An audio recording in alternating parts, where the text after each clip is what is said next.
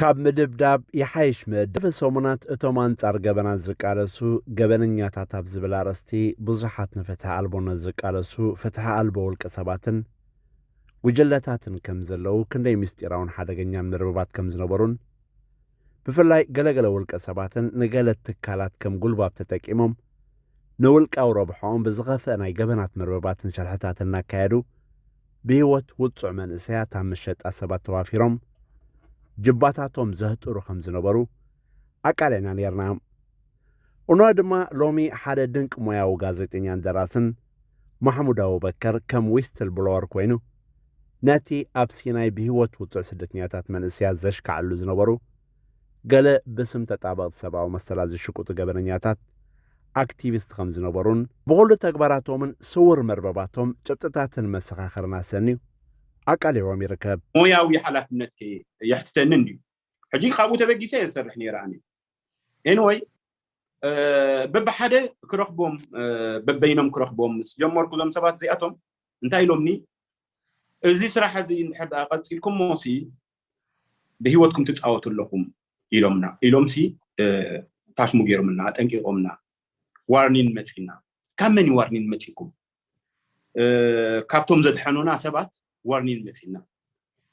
ከመይ ዞም ዘድሐኑኩም ሲ እንታይ ዘራኽብ ኣለዎም እዚኦም ሲ ኣክቲቪስት እዮም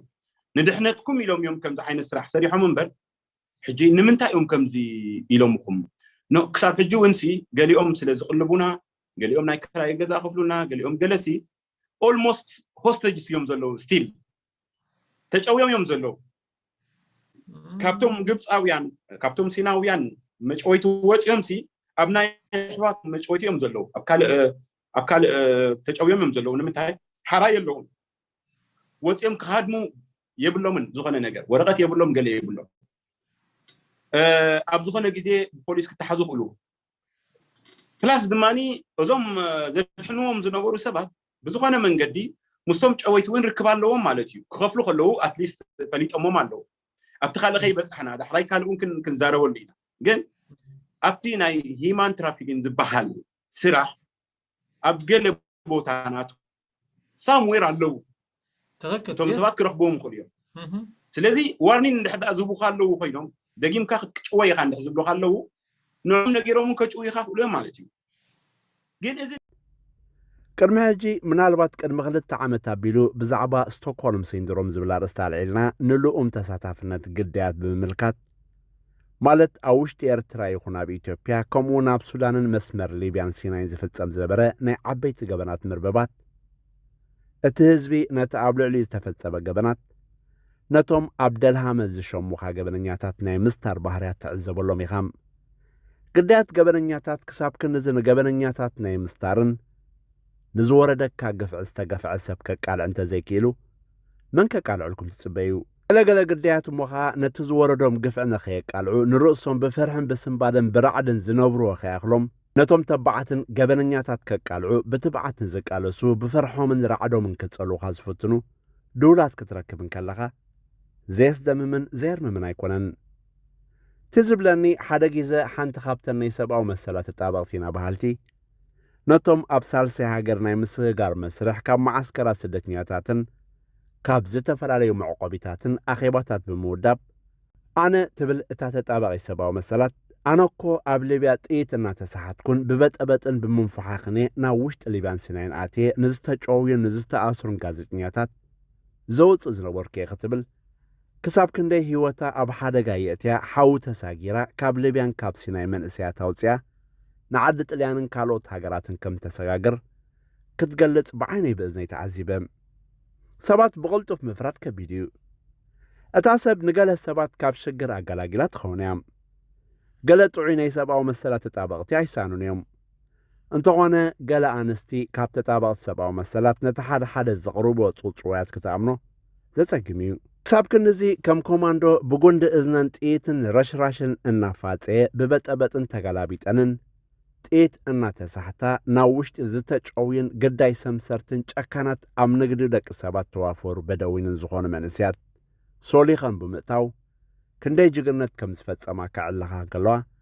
ብመንፊት ልብኻን ኣእሙሮኻን የሕሊፍካ ክትቅበሎ ዝኸብድ እዩ ነይሩ እንተኾነ እቲ ህዝብና ገርህንዲ ብባህሪኡ ድማ ጽውጽዋይ ናይ ምስማዕ ልምዲ ስለ ተሰበሎ ብድንጋጸን ብርህራህን ተመሲጡ ሰማዕ ነይሩ። እነሆ ድማ መርማሪ ጋዜጠኛን ደራስን ማሕሙድ አቡበከር ሞያውን ሕልናውን ስርሑ ብዝደረኾ ትብዓት ዝመልኦ ስራሕ ነቲ ብስም ሰብኣዊ መሰላት ተቓለስቲ ፍትሕት ተጠረዘ ኣህጉራውያን ማፍያታት ዘቃልዕ ምስጢር ሒዙ ኣብ ሶሎ ሚድያ ብዙሓት ዘይተነግሩ ዛንታታትን ምስጢራትን ኣቃሊዕሎም። ኣብ ዝሓለፈ ሰሙናት እቲ መርበባት ስለያ ሕወሓት ኣንጻር ምፍላስ ደቂ ኣዳም ምስ ገለ ሕልና ኣልቦ ሰምሰርትን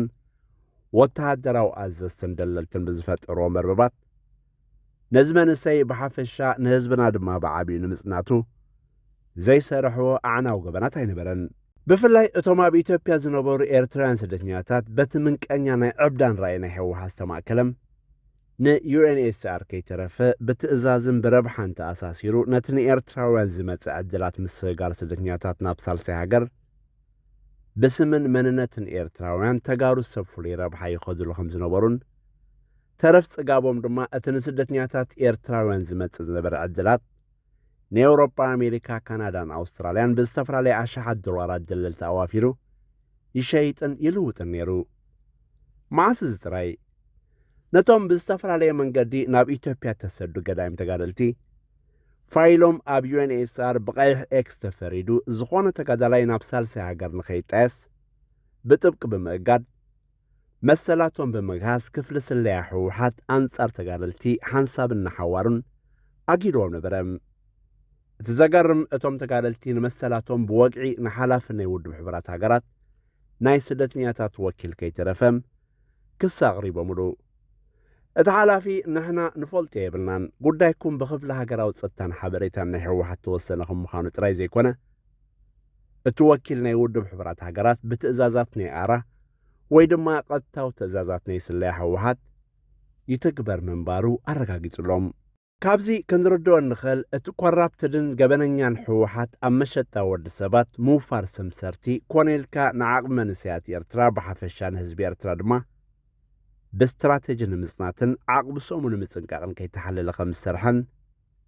ክሳብ ብስም ንኤርትራ ናይ ሰብኣዊ መሰላት ተጣበቕቲ ክንደይ ኣምሰሉታት ምስ ሰበ ስልጣን ሕወሓት ተሻቢነን ብኢዶዝር ኣብ መሸጣ መንእሰያት ተዋፊረን ከም ዝነበራ እዚ መርማሪ ጋዜጠኛን ደራስን ማሕሙድ አቡበከር ብመጽናዕትን ብጭብጥን ኣሰኒ ዘርግሖ ምስጢራት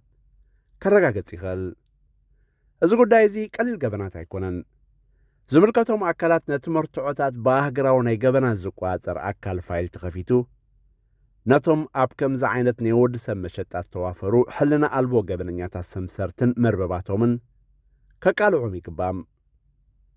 እቶም ግዳያት ድማ ካብ ራዕድን ስምባለን ወፂኦም ነቲ ኣብ ልዕሊኦም ተፈጸመ ገበናት ከቃልዑ ብትብዓት ክላዕሉ ይግባም።